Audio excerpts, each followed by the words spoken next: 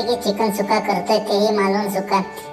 एकतर याला फार काय करायला कष्ट लागत नाही आणि झटपट बनवून होते।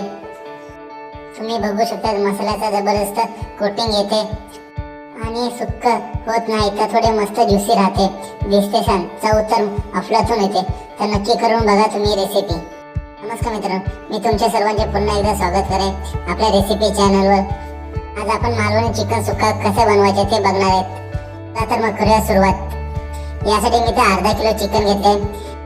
यामध्ये 1 चमचा अद्रक लसूणची पेस्ट घेतली आहे, 1 चमचा हळद, चवीनुसार मीठ आणि हा मालवणी मसाला। हे सर्व मसाले आपण चिकनला व्यवस्थित लावून घेणार आहे।